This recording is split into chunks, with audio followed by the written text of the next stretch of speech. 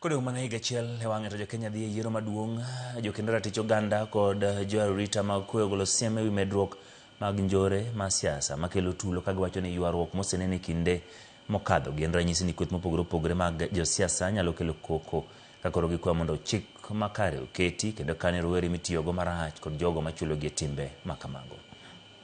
Hii ni reparations kwa sababu ya injustices zilizofanyika wakati wa ukoloni na katika First na Second World War.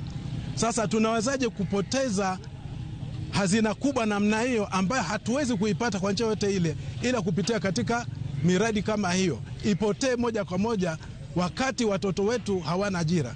Tunasema kwamba sisi kama wazee na human rights tunakataa kabisa kwamba huu ni uvunjifu wa haki za binadamu.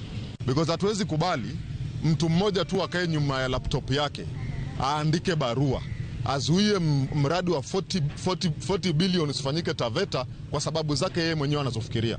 Because kama fikra ilikuwa kwamba ili kuwepo na change of user basi lazima kuwe na public participation, mbona county government imeandika barua ya kusema mradi usifanyike bila public participation?